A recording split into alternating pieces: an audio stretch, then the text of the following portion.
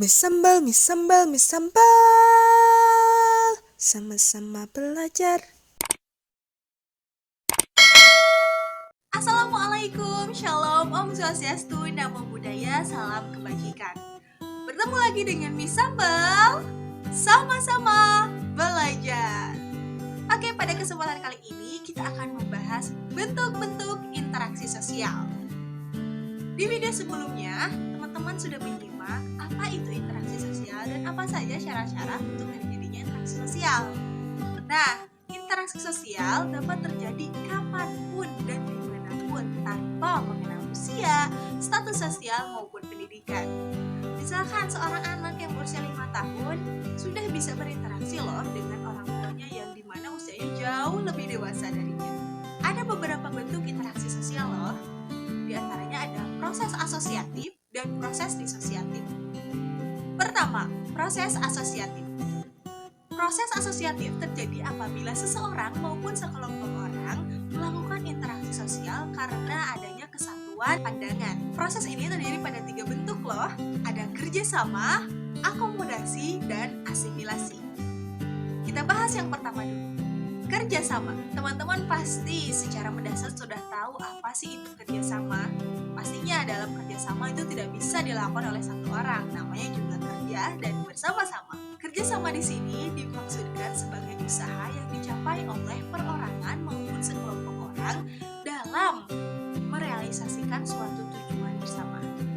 Di Indonesia tentunya kerjasama ini biasa kita panggil sebagai gotong royong. Ya, gotong royong ini adalah budaya di Indonesia yang semoga sampai saat ini masih terus berjalan.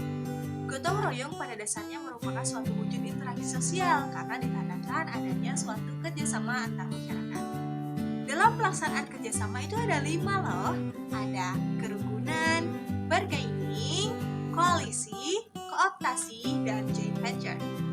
Apa itu kelimanya? Akan kita bahas di video selanjutnya. Yang kedua, akomodasi. Akomodasi merupakan suatu perwujudan untuk meredakan pertentangan-pertentangan yang terjadi dengan tujuan untuk mencapai suatu kestabilan dalam masyarakat. Akomodasi ini ditujukan untuk menyelesaikan pertentangan tanpa meruntuhkan pihak lawan. Dalam pelaksanaannya, akomodasi ini memiliki beberapa bentuk. Ada koersi, kompromi, arbitrasi, toleransi, konsiliasi, mediasi, dan adjudikasi. Salah satu contohnya ketika ada suatu kasus yang diselesaikan di pengadilan dan diselesaikan dengan cara mediasi. Yang ketiga, asimilasi.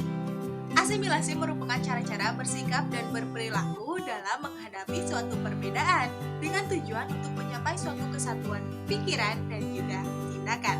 Proses asimilasi ini dengan sangat mudah akan terrealisasi karena adanya sikap toleransi dan saling menghargai atas adanya perbedaan di antara kita.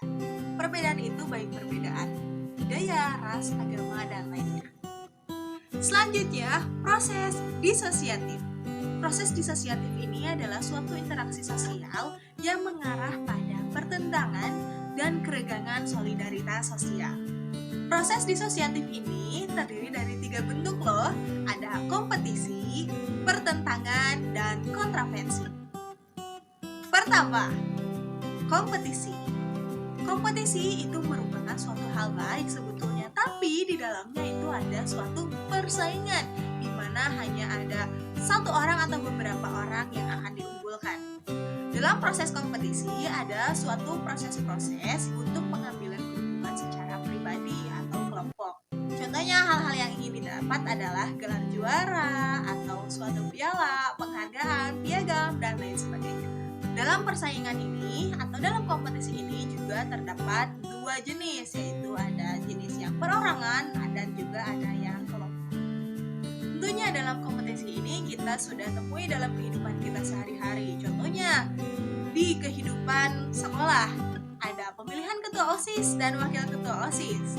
Kemudian dalam kehidupan bermasyarakat ada pemilihan presiden dan wakil presiden dan lain sebagainya. Yang kedua, kontravensi.